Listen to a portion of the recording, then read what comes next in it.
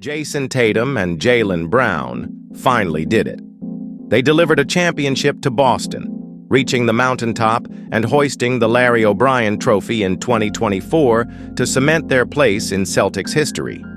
But what if that incredible triumph was the very thing that started a countdown to the end of their run? In the chaotic weeks that followed their victory parade, a devastating Achilles tear for Tatum has thrown their entire future into question. Now, the Celtics are staring down a $600 million problem, and thanks to the NBA's brutal new rules, they may not be able to afford the very two players who brought them glory. This is the story of how winning it all could end up costing the Celtics everything. Section 1. The New Reality. To really get the crisis brewing in Boston, you have to understand the new reality for the entire league. For years, the NBA's salary cap felt like a suggestion. Rich teams could just blow past the limit and pay a luxury tax, basically a fine for spending too much. Dynasties, like the Golden State Warriors, were built on generational talent and an owner willing to write checks that would make your eyes water. But the league's new collective bargaining agreement, the CBA, changed the whole game. It introduced something way more terrifying than a tax: the second apron. Think of the luxury tax as a speeding ticket. Annoying, but you pay it and move on. The first apron is like getting points on your license. But that second apron, that's the league impounding your car. It's a set of rules so punishing, they're designed to choke a team's ability to build anything. Cross that second apron, and the penalties are crippling. You lose key ways to sign good role players. You're basically banned from making creative trades by packaging smaller contracts together. You can't send cash in deals. And maybe the most damning penalty of all, if you stay in that second apron territory for a few years, your future first-round draft picks get knocked to the very end of the round, killing your chances of finding cheap young talent. This isn't just about money anymore. The second apron is a strategic straitjacket. It's a move by the owners to kill super teams and force a new kind of parity. The message is simple: spend into oblivion, and we will take away your tools, freeze your assets, and slowly tear down your ability to compete. And right now, no team is staring into that abyss more directly than the Boston Celtics. Section 2. The $600 million question. The heart of Boston's problem is the two men who just led them to a title. In the summer of 2023, Jaylen Brown signed a 5-year, $304 million Supermax extension, the richest deal in NBA history at the time. Then, right after their 2024 championship, Jason Tatum inked his own Supermax, a mind-blowing 5-year, $314 million deal that edged out his teammates. Combined, that's over $600 million for just two guys. When you factor in the long-term contract for Derek White, the Celtics' payroll was set to rocket past that second apron with a total bill, including taxes, that could approach $500 million in the coming years. It's an astronomical number, even in the wild world of pro sports. Normally, paying whatever it takes to keep a championship duo is just the cost of doing business. But nothing about the Celtics' situation is normal. The champagne from their 2024 title parade was barely dry when Jason Tatum, the face of the franchise, went down with a ruptured Achilles tendon. It's an injury that will likely keep him on the sideline for the entire 2025-26 season. Suddenly, the dream scenario became a nightmare. The Celtics were facing the prospect of fielding the most expensive roster in league history for a team that, without Tatum, might have a tough time just making the playoffs.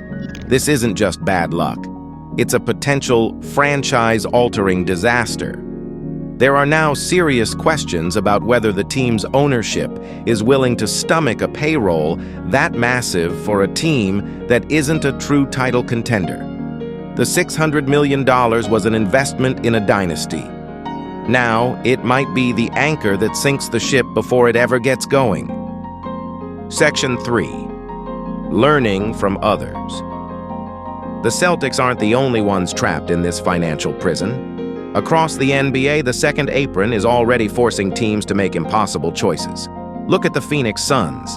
They went all in on a big three of Kevin Durant, Devin Booker, and Bradley Beal, and now they're stuck deep in the second apron with no flexibility, a thin bench, and an early playoff exit to show for it. Their roster is effectively frozen. The Golden State Warriors, who basically wrote the book on modern dynasties, are facing their own day of reckoning. Years of paying huge luxury tax bills have caught up to them, and under these new rules, they can no longer afford to keep their championship core together while adding the talent they need. The Denver Nuggets, fresh off their own title, see the same freight train coming as they get ready for massive extensions for their stars. These teams are all cautionary tales. They show that the second apron isn't some far-off problem. It's right here, right now, and it's changing how the league works. It forces you to choose between your stars and your depth. It punishes loyalty and rewards cold, hard financial pragmatism. For Boston, watching these other contenders struggle is like looking in a mirror and seeing what their future could be, a team trapped by the very contracts they gave out as a reward for success. Section 4. The Hard Choices. Brad Stevens and the Celtics front office are at a crossroads, and every path is loaded with risk. They have a few ways they can play this, a few answers to that $600 million question. First, there's the path of defiance. Pay the price. In this world, the Celtics just eat the cost. They keep everyone, pay a historically massive luxury tax bill, and try to live with the second apron penalties. They'd be gambling that a healthy Tatum returns and immediately makes them a champion again, making a year of financial hell worth it. But this is a huge risk. As a second apron team, they'd only be able to sign players to veteran minimum contracts. The roster would be frozen, completely dependent on their stars staying healthy. And with an Achilles tear, there's no guarantee Tatum comes back as the same player, making it a monumental bet for ownership. The second path is the one nobody wants to talk about: the painful pivot. This is the nuclear option: trade a superstar. Realistically, that would almost have to be Jaylen Brown. While he's an incredible player, Tatum is seen as the franchise's true number one. Trading Brown would be a seismic shock to the system, but it's the fastest way out of salary cap hell. It would bring back young players and draft picks, resetting the timeline and giving them a ton of flexibility. But this is so much easier said than done. Brown is a champion in Boston. His value might be higher to the Celtics than to any other team taking on that enormous contract. Breaking up an elite duo that just won a title feels like a basketball sin. The final option is the path they've already started down: the creative retool. This is the middle ground, a high-wire act of financial gymnastics. To get some breathing room, the Celtics have already been forced to make painful, cost-cutting moves. They traded away Drew Holiday, a key piece of their championship run, to Portland for a younger, less expensive player in Anthony Simons and to slash their projected tax bill. This strategy means constantly trimming the edges, shedding the contracts of valuable role players to stay under the harshest penalties. The risk?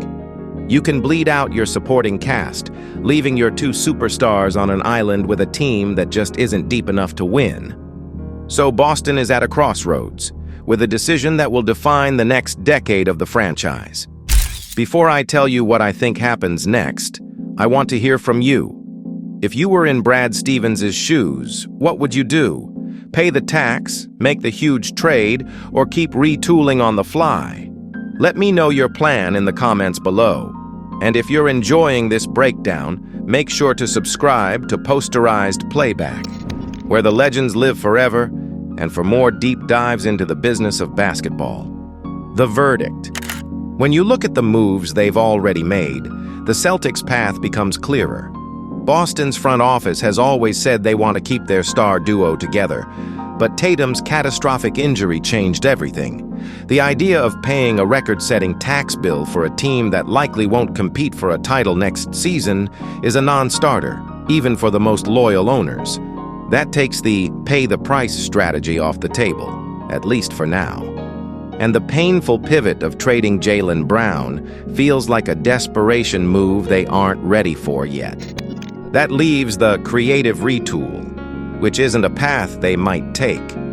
It's their current reality. The Drew Holiday trade proves it.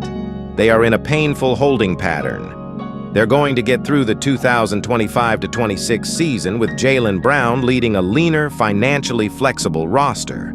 They'll spend the year dodging the second apron, seeing what their younger guys can do, and most importantly, monitoring every single step of Jason Tatum's rehab. Their entire future hinges on his recovery. If he looks like he can return to his all-NBA form, ownership might be willing to go back into the tax to reunite their championship core. But if his recovery stalls, or if he comes back as a lesser player, the front office will be forced to seriously consider that painful pivot in the summer of 2026. The $600 million decision hasn't been avoided. It's just been postponed. In the end, the story of the 2024 champion Boston Celtics is the perfect story for the NBA's new era. A championship doesn't guarantee a dynasty anymore. In some ways, it just starts a ticking clock. The massive contracts you need to keep a winning team together are now the very things that threaten to tear it apart. The Celtics' $600 million commitment to Jason Tatum and Jaylen Brown was their reward for reaching the top. Now it's the single biggest obstacle to them ever getting back there again. And all of this leaves us with one nagging question. Will Tatum and Brown be remembered as the legendary duo that brought Banner 18 to Boston, or the pair whose contracts were so big they made it impossible to win another?